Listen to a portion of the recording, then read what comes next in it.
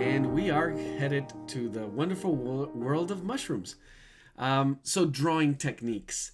I prepared today the materials I have here, as you can see.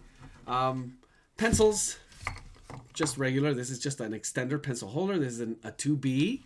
I love my travel kit, which is always mechanical pencils, a 05 and a 03 with different types of leads. And you can do this. You can get HB, 2B, 2H. In this case, I have 3H and HB lead in these pencils. And I love them because they're always sharp. And you can actually sharpen as you draw. I also have some ink pens. So I have a fountain pen with permanent ink. And I have another Lamy fountain pen with water-soluble ink. And I'm going to showcase some of these today. As always, we have the set of pens that I recommended, which are these Micron fine liners with the different gauges from 005 all the way through 08. And we're going to be working with these as well. So first things, we're gonna look at this image on screen, and we're just going to sketch it out. So I'm working on my SAS sketchbook. So this is where, if I flip the page over, we have that beautiful bee we worked on last. And I added a little bit of color. Maybe at the end I'll flip the page back and show you. So my goal for today is to fill this page with a composition of mushrooms. So the size is gonna, I don't want to make them all the exact same way, but maybe that's what you can do. I'm gonna maybe make one bigger, a couple smallers around it or at the tops, at the corners. The idea today is to go through, I'm gonna show you really quick. One on screen. Number two would be this little bell with a ladybug on it. Number three is a different shape. Number four, but nice, beautiful textures. Number four, we have very famous, and we might get to do both depending on the time. But the idea is to maybe you pick your favorite shape here, do one or both, one of the two or both. And then finally, if we have enough time, we're going to do a final composition, which will be this one. So the idea is 1, 2, 3, 4, and I guess 5. Yes. So I timed 5, 20 minutes each, just about 15 to 20. And within that, I want to show you some techniques. So for some of you, I'm going to go ahead and grab a pen. I'm going to grab my Micron. You can actually do this with pencil or pen. So I'm going to go with the 05 so you could see it easier. And I've mentioned this before. So we have parallel hatch, where I just draw the lines, in this case vertical, next to each other. And notice my pace. I could go faster. Obviously, I lose a little bit of shape. Or I could go slower and put them way closer to each other. It not necessarily has to be vertical. They could be at an angle. And the truth is, it could be any angle. So here I'm working at about 30 degrees from top to bottom. And this is just considered a parallel hatch. The paper's moving. When I cross over, I'm going to have a cross hatch. But the idea is today to lay down lines. You're going to see me using a lot of parallel hatch, and simultaneously you're going to see me using something that's called scumbling. So if you remember from our trip to Rome as well, scumbling is a continuous line that kind of texturizes. It could be circular, more oval, even flatter. One of the things that you see a lot is it would almost begin to turn into like letters. For example, a lot of letter O's or a lot of letter kind of S shapes. But the idea is to manage the consistency and saturation in an area. So what are we going to do here? First one, I want to just identify regular, basic, general shapes. So if I were to do a kind of cartoonish drawing of this image that we have on screen, I would be thinking of a cylinder for the stem here and almost a semicircle for the top. And you notice that there's a little ellipse going back, so it's a curved line. And there we have it. So we don't want to be doing this. What I want you to incorporate into your drawings today is a little more of the form. And what we define that with is going to be light and shadow. Whoa, well, I eventually, right here, immediately I could see what's light. So this is just a quick sketch for you guys to loosen up. Immediately I could see there's shadow underneath. So notice how I could just add, in this case, parallel hatch. What other solutions could I come up with to add a little bit of darkening value in the shadow area? I could do it with a parallel hatch. I could do it with a cross hatch, which would make it even a little darker. I could have used Scumbling. So I'm going to mix it here with a little Scumbling right on the vine here on the column. So notice how I try to keep my line intensity less saturated, but there's a little bit of shadow going on in the stem, and I'm just going to do that. Now when I look at it at the top, I see there's texture, there's some beads. So my lines are maybe going to break up into smaller dashes or even dots, which is final one, stippling. And that's pretty much it. As we begin to define the form, we just break our lines, we go to hatch, we go to scumble. And if I really wanted to go further into what's around it, I could just gesture and do directional strokes. Just like that. So overall, what you want to do is maintain a level of patience. And I am going to test one thing that I really always encourage students to do. And that is, for our first drawing, I'm going to go to pencil. I'm going to do our first one with pencil. So I guess I'll use my 2B. We're going to go ahead and look at this image. But what is the thing that I recommend? So if you look at the screen, if you look at the mushroom, look what's going to happen to it. Whoop. That's what I want you to do. So what I'm doing here is I'm blurring. I'm squinting my eyes. I'm forcing you to do it, to see it like I would want you to see it. This is what you would want to do to identify the most essential, the simplest forms. And notice that when you're squinting, you're seeing almost right through your eyelashes. The thing that stands out the most is light and shadow. So what you want to look for is the shape of those light and shadows. So let's go ahead and start with our first one. And here I'm going to set this one up. Maybe, again, I'm thinking of the overall composition. I saw which ones I want. Maybe I'm going to put the red ones in the middle. So I'm getting a sense of how many mushrooms I want to fit in here. All 5, how big they have to be. I'm going to start here at the top. So I'm going to consider my edges. I'm going to consider the size. And very simply, I'm just going to make my marks. Because once I see it like this, there's no information except the absolute essential things that I need to focus on. So notice, this is a little, and I'm making my lines a little light. Make them a little darker so you could see them better. And how I can round my line.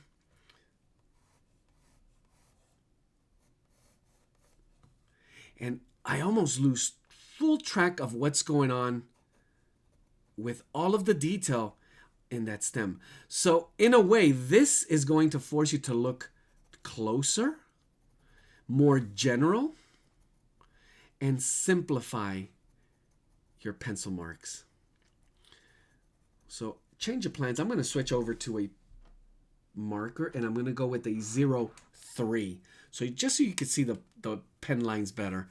But I encourage you to try a couple of different ones today if you can, with a pencil, with different, if you have a mechanical pencil. Obviously with these pens, we're going to do most of them. So I am, in a way, working mostly on the outer form, the outer silhouette, the outer shapes. Very linear. I'm beginning to notice smaller little things inside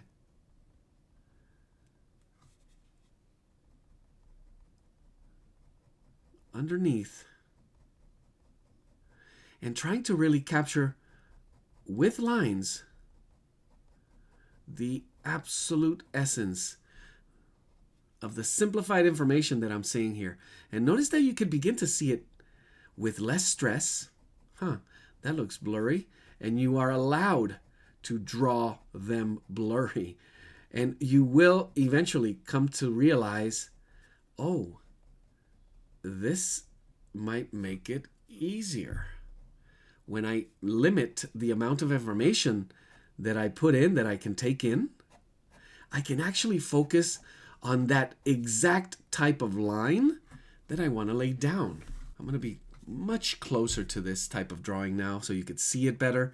As I begin to lay down lines, I'm also focusing just on some of the things that I see. So I find myself, even though I blurred this image on purpose to force you to really squint, I find myself squinting as I look at this image. I don't know if it's out of habit or if it actually helps even blur the information more. So the urge generally is to want to go into saturation, into detail, into descriptive mode. But we are not contending with what is the absolute essential structural information that I need to focus on, that I need to deliver. So once I get to this point, do I see anything up here that would shift in value? I could actually switch. I'm switching from a 0.3 to my tiniest pen in this case, my 0.05. And I'm just going to add marks and lines. All of this so far, most of it, is a parallel hatch. And you should also notice that it's almost all going exactly in the same direction. So as I just tap over some of these areas, making a little more dense. What I want to test out here, I tested it here so it doesn't show as bad because of all the lines I have here before I went into areas like, for example, here. And I'm going to just add a few.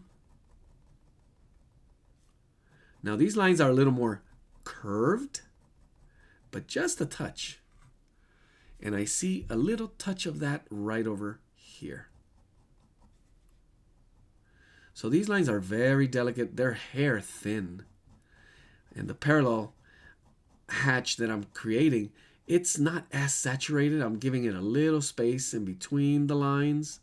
Here I'm crossing just a little edge of it to give it a little more volume. And I'm going to add a little more curvature and form right here down at this edge with another little parallel hatch. Once we're here, I'm going to go ahead and, if I can have you look at the screen for a second and look at that mushroom, and unblur your eyes. I'm going to do it again. So we were here. Oh, wow. Okay. All of that new information should be so much easier to read now. Areas, for example, where we had kind of a continuous line, it needs a little more saturation. And the idea of this process that I want you to work with today is for you to decide when and how much you need to blur at any given moment. I feel like I want to draw this little dewdrop here. So I'm going to do little stippling, kind of in a round shape with just a little highlight in the middle there. And that should give it somewhat sort of a look of a little dewy drop. Here are a few others. There's a couple of lines right there. Now, I'm beginning to get carried away. Once you get to this level of definition, do I need anything tying it down to the space, to the area where it's... I'm just going to add one, maybe, and I'm going kind of by instinct, but making up information in a way right here. 2, 3 blades of grass, and some little blurrier right behind it in the background. Just like that. And the idea is to just sketch through these without taking them too far. And knowing the moment when they've gone too far is going to be the key. I think one last thing I need to do here, now that I look at this 01 pen, I'm going to add just a little cross to make this area a little darker, more saturated than that front. So just to give it a little separation from the back and the front in terms of that stem that we have going on here. And a little roundness to it just as well. And there we have it. So when you have something like this, you should be knowingly reaching the level of satisfaction in terms of that's enough. Before you push it a little too far in terms of lines, you could almost always simplify it with the philosophy of less is more. So I'm going to go ahead and move on to number 2. And again, I'm going to start it blurred. I am going to limit the time a little bit more on this one. It's a little faster. I'm going to once again start with 01 pen. And this time I'm going to most likely do down here. And I'm first of all getting a sense of the size. I'm going right into my drawing with pen. No pencil sketch. I'm going right into the drawing, and I'm very carefully kind of getting a sense of basic shape, which is almost a, I don't want to say triangle. It starts with the identifying of a triangle. I'm going right into this ladybug semicircle, almost a semi-sphere shape going on here. And continuing with, you know, that bell shape.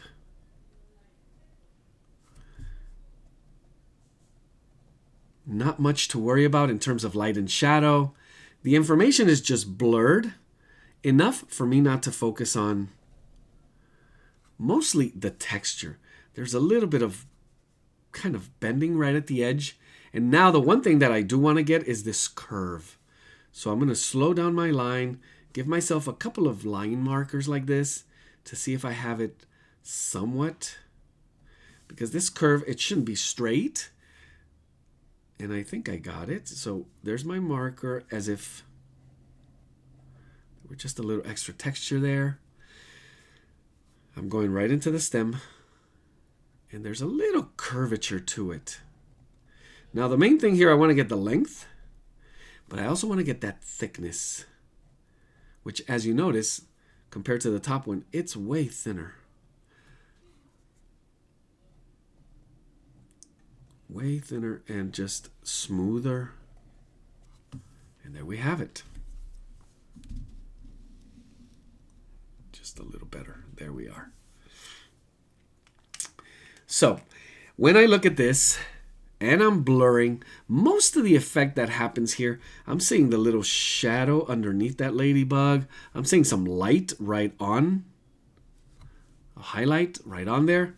I'm going to mark a little difference with the parallel hatch right at the top, separating the top and bottom of the two colors of this mushroom,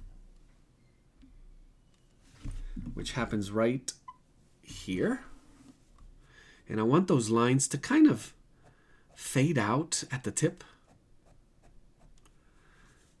And there's a little roundness to it. And from here, I'm going to go right into the last thing I see. And I might switch to a thinner pen here. So back to my 005. So there's a little contrast in the actual gauge, the thickness of the line. Because this, I want it to be somewhat delicate. And I see a little rounding of what seems to be kind of a little bit of shade under that bell. And this is the type of line when you do, again, sticking to that parallel hatch, usually it's your go-to, the answer. Simple parallel hatch. There's a little more right, little lighter underneath the second curve here. So it makes us feel like it's going forward into the light, and then it recedes down at the bottom back into a little shadow. And these lines should be light. You could actually press a little softer to give it a little less, or even a little faster stroke to make sure they're not too thick or too heavy. Let's switch over here, see how that looks. Pretty good. And what I'm going to do next is same thing. I am going to unblur. So my eyes have been squinting, trying to capture all of the effects of light and shadow, basic forms. And once I just open my eyes and take all the information in, wow, look at all the stuff that appears there. So I begin to see clearer. And here's the delicate moment where you make decisions on what continues to be absolutely essential. So first things, I see lots more darkening and highlights in some of these shapes. I see a couple of black little dots on the ladybug. And the thing that stands out the most are these lines, these little folds. So wanting to get a good sense of how many of these lines, where I put them in, how short, how long, what shape is going to deliver the look of the texture. So notice that I'm slowing them down and they're not getting like ruler straight. They're getting a little crease, like a little bend. They break as I draw them, and they're almost all aiming right with a little widening at the bottom and sharpening as they get nearer to the top. And they come somewhat into each other, coming a little closer.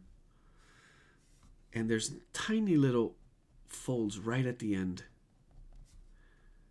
How many of them? Very few. Will do the trick. Less is more. If we overdo it, you'll find yourself there very quick if you're adding one too many lines. And usually we lose track very quickly. So far, we have parallel hatch. And once again, I'm going to add just one line to kind of identify. There's sort of a drop here with one little blade of grass that could be very playful. In this case, I'm sticking with that ultralight, the thin pen that I have here, 005, to make those blades of grass a little bit blurrier as if they were in the background. And I could shift to another pen to give me at least one blade of grass. Let's put one right in here. And notice how that brings it right to the forefront. And maybe one more with a little curve right there. Now, if I were to bring color into this, I could add a few extra touches of lines here. Always aware of why you're making that decision, why you're adding that additional information. And there we have it. So there's our mushroom number 2. And so far, you look at this page, oh, it's starting to look really enjoyable. And the key here is once we develop the technique of observation, what am I looking for? How do I deliver it? You're going to begin to feel a lot of stress-free lines that are absolutely going to allow you to focus more on the quality of your lines. Okay, we're moving to the next one here. So I might shift my composition on the page, and I might go for this one as my central one here. I don't know. I like that red one, and I kind of want to save it. So I guess, you know what? We'll go back down here for this one. And yeah, that'll be our composition. 1, 2, 3, 4, 5. One in the middle here. So I mentioned I wanted to showcase some other pens. Now, it's okay if you don't have one of these, but just to demo it, you would continue with pencil or pen. I am going to work with this one now, which is a water-soluble ink pen. It's a fountain pen, So let me show you here on the other camera what it does so well. Clicked a little too fast. So here we are. So I'm on a piece of paper here, the early one that I did. So this is the quality of line that it delivers. You know, it could go thinner. It could go a little thicker if I press, so you could see the heaviness on the line. But the key for this is when I bring in a little brush with water after the fact, and I can wash that ink. So the reason I use this water-soluble pen is so I could do washes like this. And if I were to show you, I want to show you one right now. Obviously, the microns don't have that. They are permanent ink. So my lines have to be limited. And I like this one because it's a little grayer, a little darker. So I could mix a little bit of both, by the way. I could use a couple of soft lines from my micron that would be permanent, and then just touch some edges. And to give you the best example, the best demo of it, that's what I'm going to do. So once again, I'm going to the micron. I could also use pencil. And I'm going to, as I look at my blurred image, where would I start? I want to start maybe a little bit bigger for this one. I want it bigger, so it's a nicer composition, variation. And I want to start right about here. So I'm looking at the overall shape, some of the little texture that begins to pop and appear. How far do I need to take it? So it's almost like an egg shape. There's a big feel of oval. So I want to focus on that first, not so much on the texture around it or on the edges, and how it quickly comes down and sharpens the shape back into the middle here. Now I have a nice darkening. I could add some parallel hatch. This might be a good one for scumbling. So I mentioned there's a little darker area. This is how I would scumble, although that hatch feels so right. And what I'm going to do with the ink later on, it's going to darken it. I don't have to do much of it. So I'm just going to go ahead and close this shape out. There's my oval kind of shape. I'm adding a couple of touches, somewhat scumbling lines. And I want to make sure I get this. There's a little offset to this little stem here. That it feels it's a little more to the left than to the right. And there's this little ring right here at the bottom. So once again, when you're dealing with shapes like this, you want to think in terms of rectangle, triangle, egg, circle. Here, cylinder. And just deliver that like that. These lines right here, where I see that value change, I might want to say for a lighter pencil. So having a little bit of patience with your materials as well is very, very helpful. Now, as I have that set pretty much as my base drawing, I am now going to take this fountain pen with the water-soluble ink, and I'm just going to touch a few lines. They're dashed in. Very few of them. Mostly down here at the bottom, where I could still see. And I'm looking at variations of value on that bigger shape. So the little darker spots, and trying to read through them with a little, it kind of looks like just a little indentation, kind of like a cut into it. And I'm going to add just a few lines right here. 1, 2, 3. And that pretty much should do it. So here's what happens. When I bring in a little bit of water, and I want to have a paper towel by my hand also, in case I need to lift just a little too much. And you'll see that when I touch it, immediately it bleeds it, creating this beautiful wash.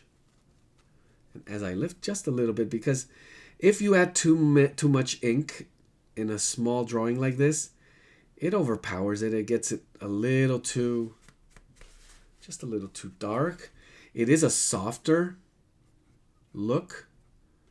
It almost is like a watercolor wash, but because of the softness of the ink, I could just brush it in. And I'm just going to go ahead and touch a little water right at those lines.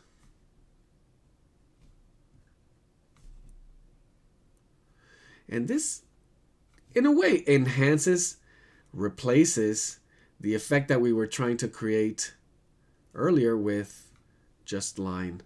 So there we are. I'm going to wash it even a little bit further.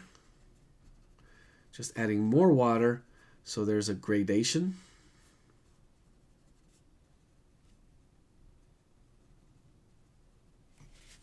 Lift just a little bit.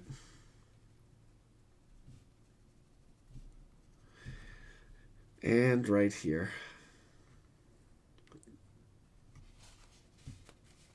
And there we have it. Once I have this, I actually want it to be fully dry before I bring any other type of pen.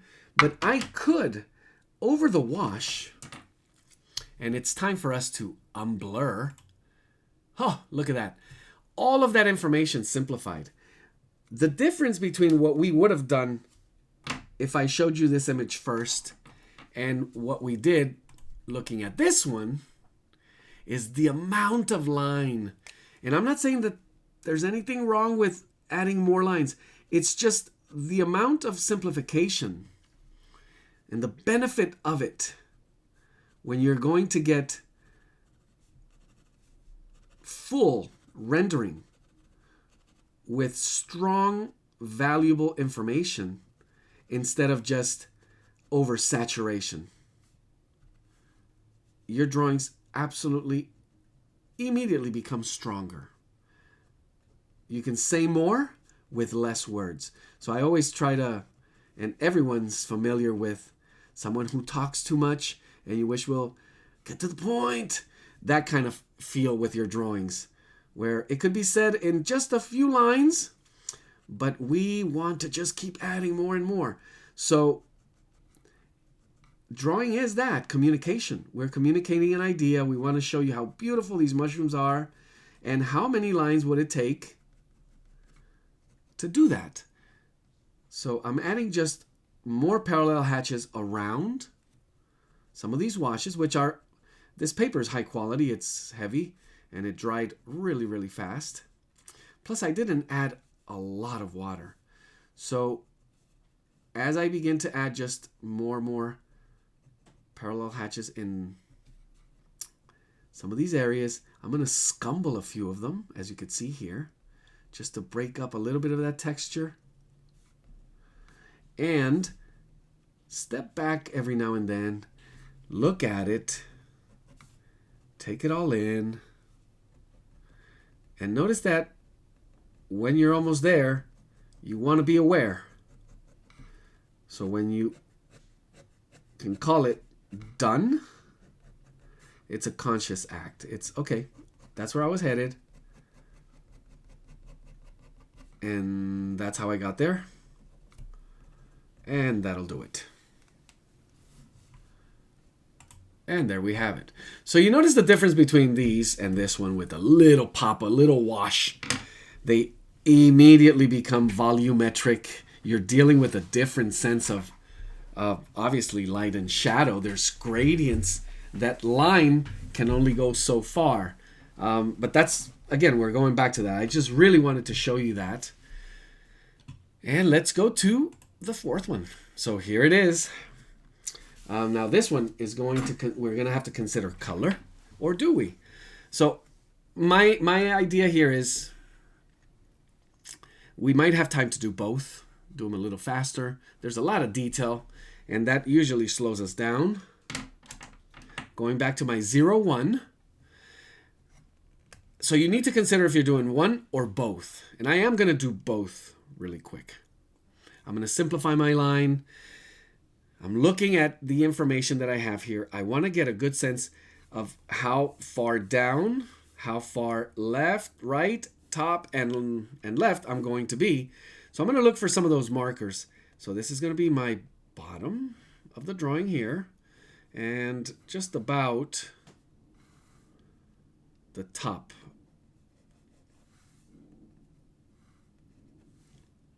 So this would extend just about to right here, and this one would take me to here. Once I have that area, I can confidently begin to, I should start with something which would be the biggest, and that would be here. So again, I'm blurring my vision. I'm looking at simplified forms, and I see just broken texture. So it's not necessarily a straight line. It's a disc. There's some curvature. There's flatness and curvature, almost simultaneous. So where do I catch myself focusing more, putting more emphasis on the lines that I'm trying to capture? Now, when I look at this line that I'm about to draw here, it is not straight. There's a tiny little curvature to it. So I recommend breaking it just a little bit. And this is what I mean. I'm going straight across from this point to this point. So it's not just a straight line. What I mean is I can kind of dot it, dash it, break it as I draw it.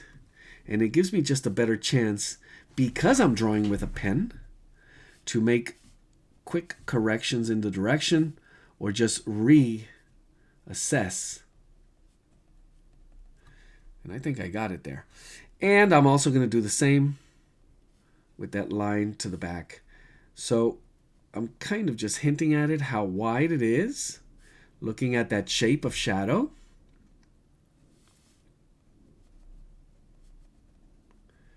And that is what I really want for you to begin to focus on and begin to see it. Simplicity. Make it simple. How can I make this shape simpler for me to capture it better? And just simplify your lines.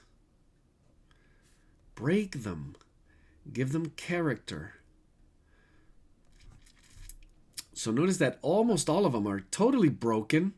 Knowing I could always come back, I could easily come back and just draw over it, make it stronger. But for right now, as I develop my drawing, here we come into the edge. So the relationship between these two, notice that once I reach this line right here, that's where my second mushroom comes in. So I'm also looking at a little bit of the space and the negative space between these shapes. And that's all they are. When you start thinking about them as simplified shapes, you will absolutely begin to see them better, easier, making your drawings way stronger and way more fun.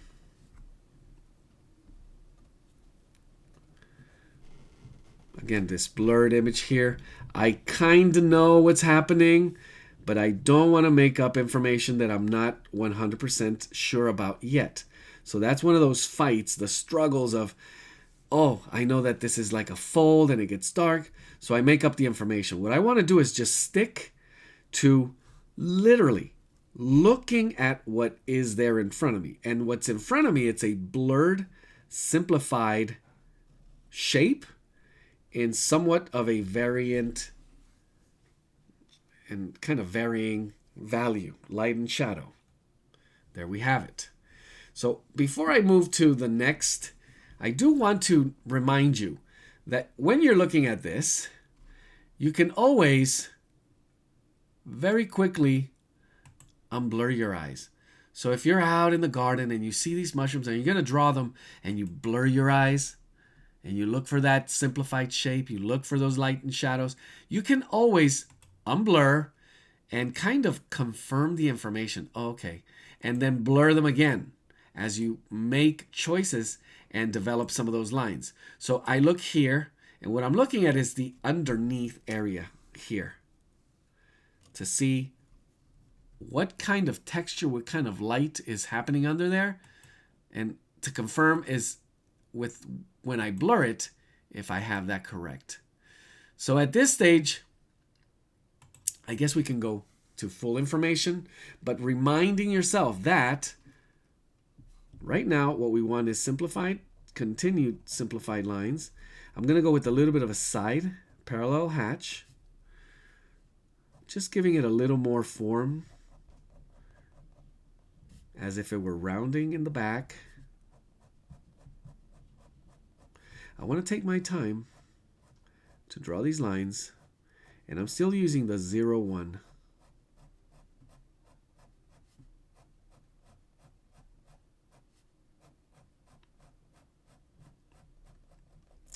As I come into the middle here, the stem, I want to read that shadow, what's happening there. So here's where we're forced to really look closer at what's happening there.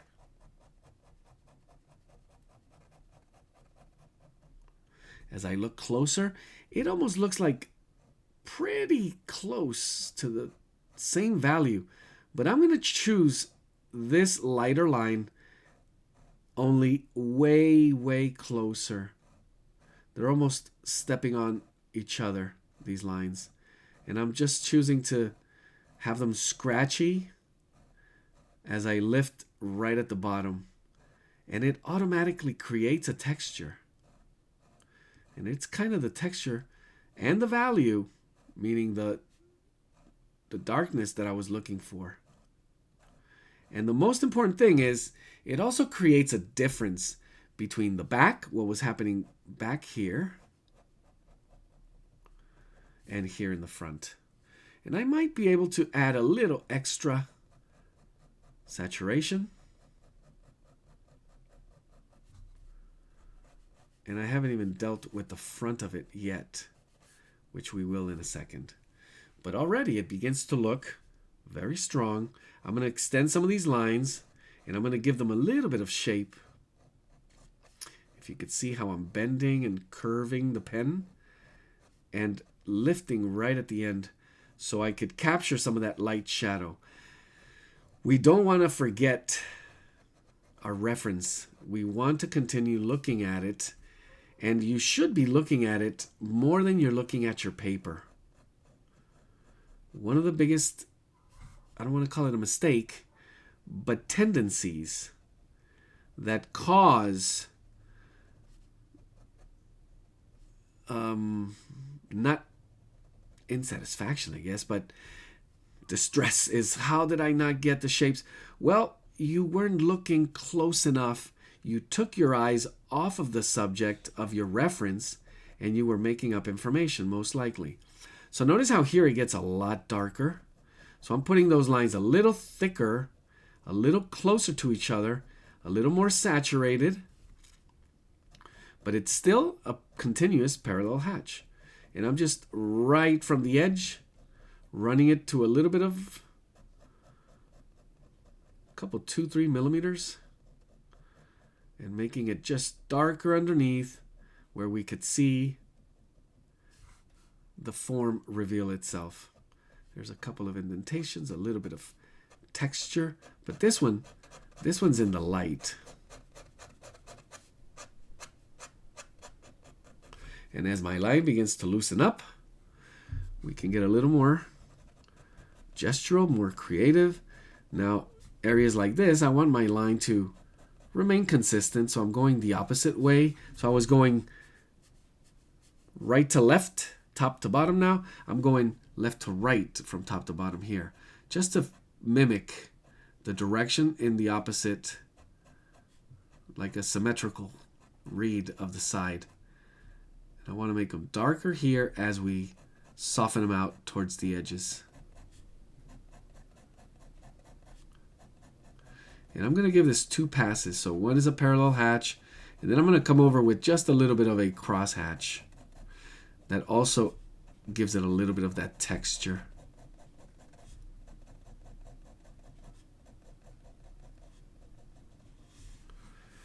And it's automatic texture that we create here. So there's a nice, interesting thing that's going to happen here at the top. how do I develop all these little things here? Well, very easily, we're going to just scumble our way through, and there's all these little dots that are just suggested, and I'm doing tiny little letter U's basically. Looking at my reference, they're almost little dots and little tiny little letter U's as I try to capture the patterns, the size, and this is probably where we would want to get lost the most. It gets a lot simpler as we move to the bigger ones because it's a little darker. So it's just literally kind of drawing the shadow of it. So as you see some of these little peaks, it gets a little darker at the bottom, and then I could just draw a few little lines mimicking that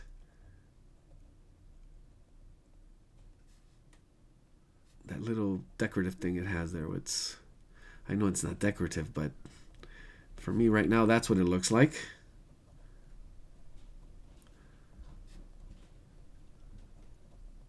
Now, not all of them are the same. Some of them get a little lighter, so you don't want to lose track and overdo it with creating every single shape here in the same way. You want to maybe touch a couple of dots as it gets lighter in some of them. Maybe a little darker here at the bottom again. And that's actually the cause of it. It's a shadow, giving us the size and the volume of the little shape popping out.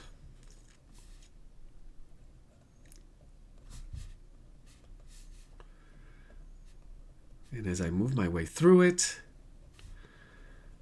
I'm mostly scumbling these in, if you could see that.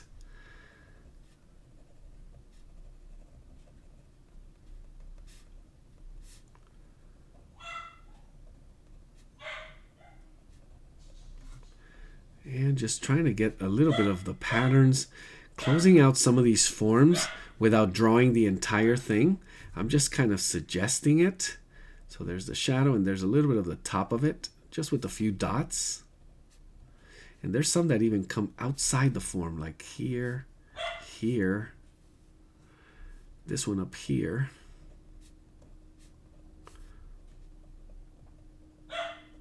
And a bunch of them piled up right here at the top. A few lines for shadow down here.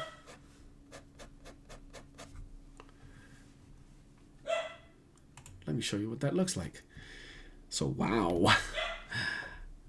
There's a little tiny bit. I would switch my pen over back to the 005. And there's a little bit of lesser value lines that give us a little bit of the texture. And I could just zigzag, almost parallel hatch these right in here. Not really worried about the bottom or the grass that I want to put in there. Not for now. And there's a little bit of darkening of the shape right at the edge. So I'm doing a quick parallel hatch right through the edge here. And I want to kind of take my time with this. So to get more of that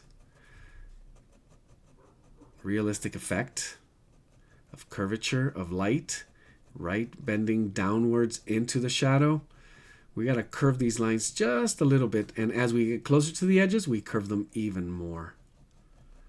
And there we have it. Now, I was right about trying to get all these in one, so I knew these were going to take a little longer.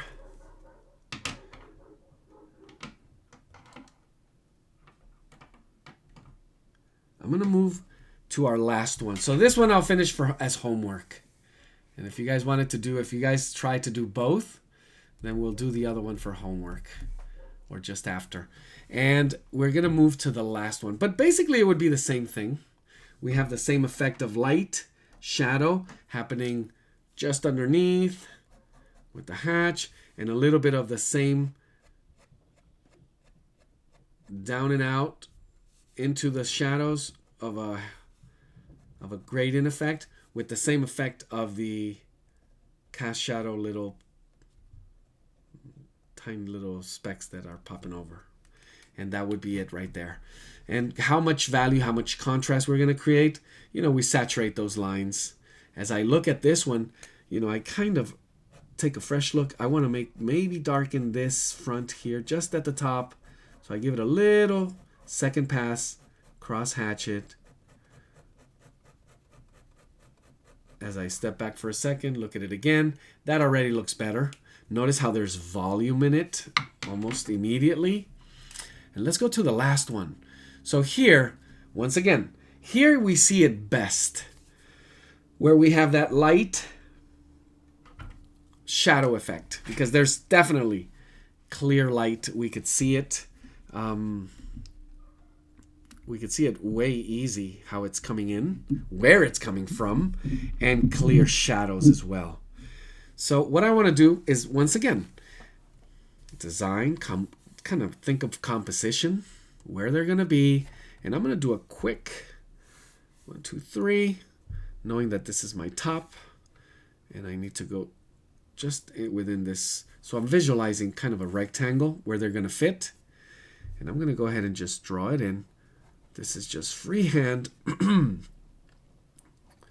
little curvature to that top, the bell. It's not necessarily straight circular.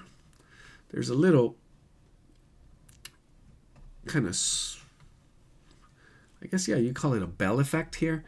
This line almost looks straight. So one of those things where I mentioned blur, unblur.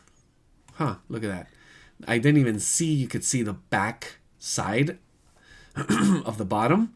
So meaning there's a line that goes right through here. And it almost looks straightforward. So I break it. And there's the one you could see right into the back. So we're looking at it a little bit from underneath, because we could see a little bit of the under. And I'm going to just go ahead and place that stem. Try to draw it down. Very nice broken lines. You want to make sure this one has nice, beautiful texture, which is all going to be scumbled. And I'm going to show you that in a close-up. But the thing I want to do is here, look at a little bit of the negative space, meaning the empty space between this top and this bottom, to be able to notice how it comes right in here towards the middle. It curves. And it comes just outside the other edge, bringing it over and under with another. So another thing to look for here is this little, this is what I call negative space. So we have our first mushroom here, we have our second. I mentioned this space to kind of identify it. Now there's this one here. Notice that it's almost a rectangle with a little tiny curvature right at the bottom. So when you're drawing these relationships between subjects, you want to identify not just the shape of the subject, but the negative space, the negative shapes that make it define it from the outside. And the third one, way smaller here.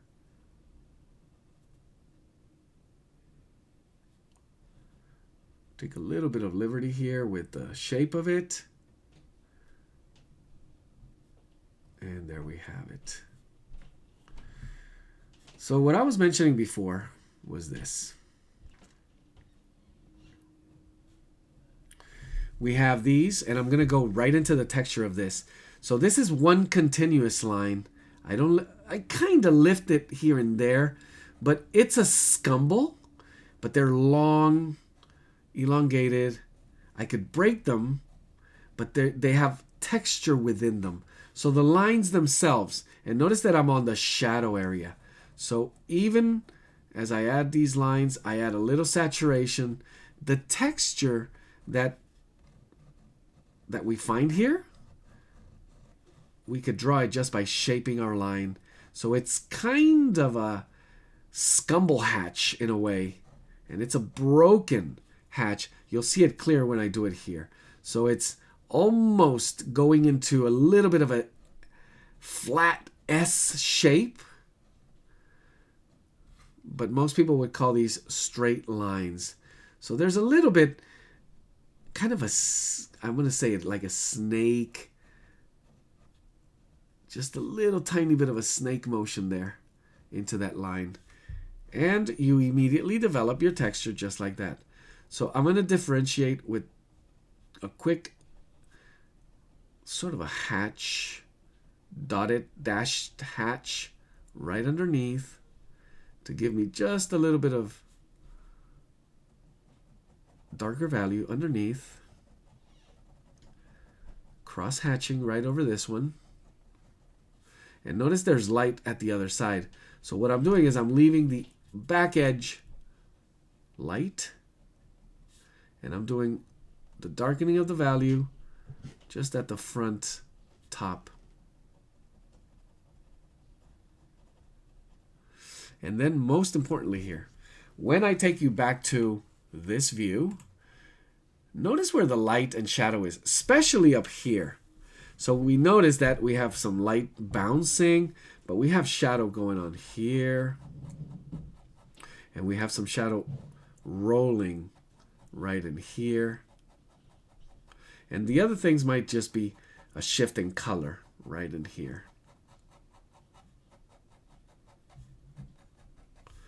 So it's very subtle, but it's there. And you might even want to flatten it out just towards the front here. As long as you maintain a little bit of that consistency of line direction. Notice the shadow effects here on this one. I'm going to go ahead and work my light shadows in the second mushroom from my blur. So I'm just adding a hatch. I identify the shape of the shadow. I cross hatch it.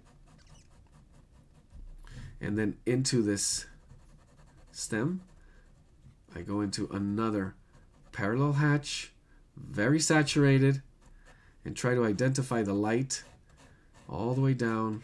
I'm sorry, the shadow. And there's a little bit of light on the side of this. And it might be reflected from the mushroom that's right next to it.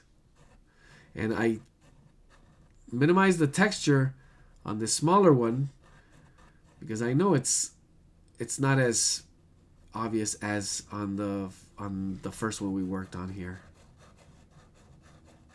where that line has a little bit of that kind of curving effect. And I'm just saturating a little bit more to kind of balance out this one that got just a little darker. And let's go ahead and see what that looks like once again. There we are. So once I reach this stage, I notice there's a little shadow from the top mushroom right above this one. So this is different. This is a cast shadow. I want to make sure I put that in there as well. There's a nice play of light right in and around this one. So I'm just going to make that outer lip thicker. And this is going to give it that nice effect as if it were lit from inside. Notice how that happened there. Show you from the top here. So that I think it's a nice effect. And I'm going to break some more of these lines and just finish the last one same way with first shadow shapes, cross hatch,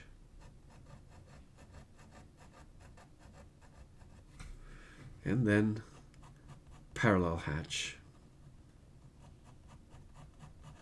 And it's a beautiful play of light. These are not easy textures to begin to develop with pen, but if you maintain that consistency of line and you plan your lines, you could almost solve everything with the parallel hatch, cross hatch. So here's one more I want to show you. As I go into grounding my subject here, I want to show you this, if I could, a little closer. Using the same pen, I'm scumbling. I see a little bit of that moss kind of thing, and I'm exaggerating it. It's not as you see it in my drawing, but I want to add it as a scumble just at the bottom. And I don't want to overdo it either. I want to, as always, maintain patience. Less is more. Some of these pine needles here, or just lines that also could have some additional contrast and shadows. But that little bit of scumble gives it just a touch of visual interest there.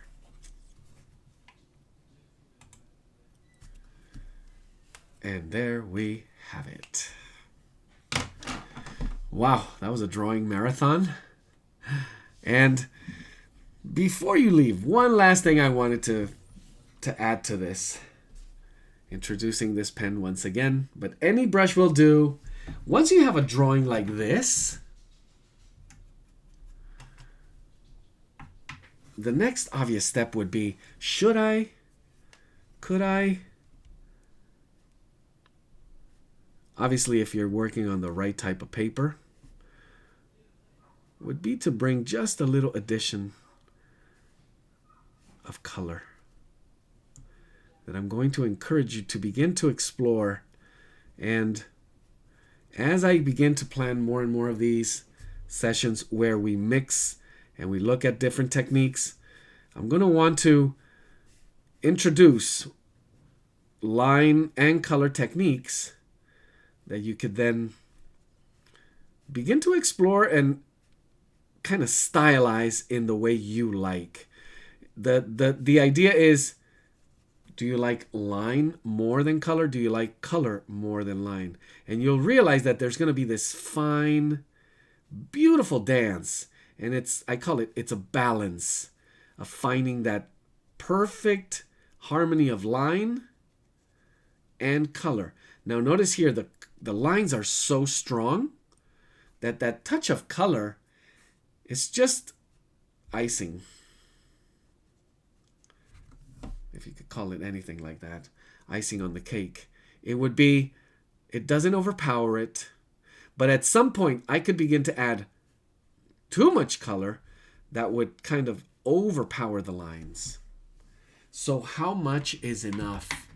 And do I need to just add more and more color to turn this whole thing realistic? Do I have to color all of them? Can I just put one pop of color here and maybe another touch of color to draw the eye somewhere else? And there we have it.